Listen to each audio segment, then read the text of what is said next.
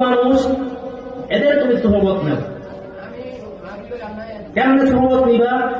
তিনি বলেন যে সাধারণ একটা ফুল গাছের গোড়ায় মাটি, এই ফুল গাছের গোড়ায় মাটি থাকার কারণে ফুলের জ্ঞান যদি মাটির মধ্যে আসতে পারে, তাহলে দুনিয়ার মানুষ যদি একজন নেককার আল্লাহওয়ালা আমলওয়ালা মানুষের সঙ্গে চলাফেরা করে তাহলে কেন মানুষ আল্লাহওয়ালা হতে পারবে না?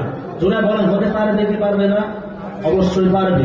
মুসলমান ভাইয়েরা আমার, হযরত আবু হুরায়রা রাদিয়াল্লাহু তাআলা আনহু আল্লাহর রাসূলকে জিজ্ঞাসা করে, ইয়া রাসূলুল্লাহ, ইয়া হাবিবাল্লাহ, যখন আপনি আমাদেরকে জান্নাত সম্পর্কে বয়ান করেন, আপনি আমাদেরকে জাহান্নাম সম্পর্কে বয়ান করেন, ইয়া রাসূলুল্লাহ, ইয়া হাবিবাল্লাহ, তখন আপনার মুখ থেকে আমরা বয়ান শুনে আমাদের অন্তরের হালত এমন নরম হয়ে যায়, যার কারণে আমরা দুনিয়া পর্যন্ত ভুলে যাই।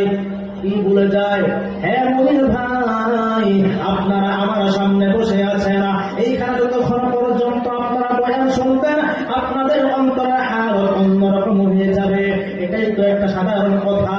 হ্যাঁ মুসলমান, আবু হুরায়রা রাদিয়াল্লাহু তাআলা বলেন, ইয়া রাসূলুল্লাহ, ইয়া হাবিবাল্লাহ, আপনি আমাদেরকে যখন বয়ান করেন দুনিয়ার চিন্তা, দুনিয়ার ব্যবসা বাণিজ্য, দুনিয়ার কামাই রোজগার, দুনিয়ার ফ্যামিলি পরিবার পরিজন, এইগুলো কিছুই তো আমাদের মনে থাকে না।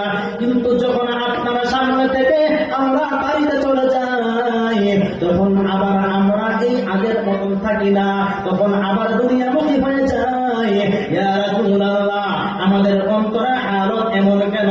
আল্লাহর রাসূল বলেন, হে আমার প্রিয় সাহাবী, যদি তোমাদের অন্তর এমন না হইতো, আল্লাহ এই জমিনের মধ্যে নতুন করে এক জাতি সৃষ্টি করতেন। কি করতেন? নতুন করে এক জাতি আল্লাহ সৃষ্টি করতেন। কেন সৃষ্টি করতেন? এই জাতি নাকি অন্যায় করে তওবা করে, গুনাহের কাজ করে তওবা করে, পাপের কাজ করে তওবা করে, এমন এক জাতি আল্লাহ তাআলা বানাইতেন। আবার জিজ্ঞাসা করা হয়, ইয়া রাসূলুল্লাহ, ইয়া হাবিবাল্লাহ, জাতি আল্লাহ কিসের মাধ্যমে বানায়?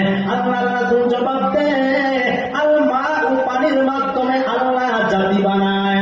আবার জিজ্ঞাসা করা হয়, ইয়া রাসূলুল্লাহ, ইয়া হাবিবাল্লাহ, জান্নাত কিসের মাধ্যমে তৈরি করা হয়?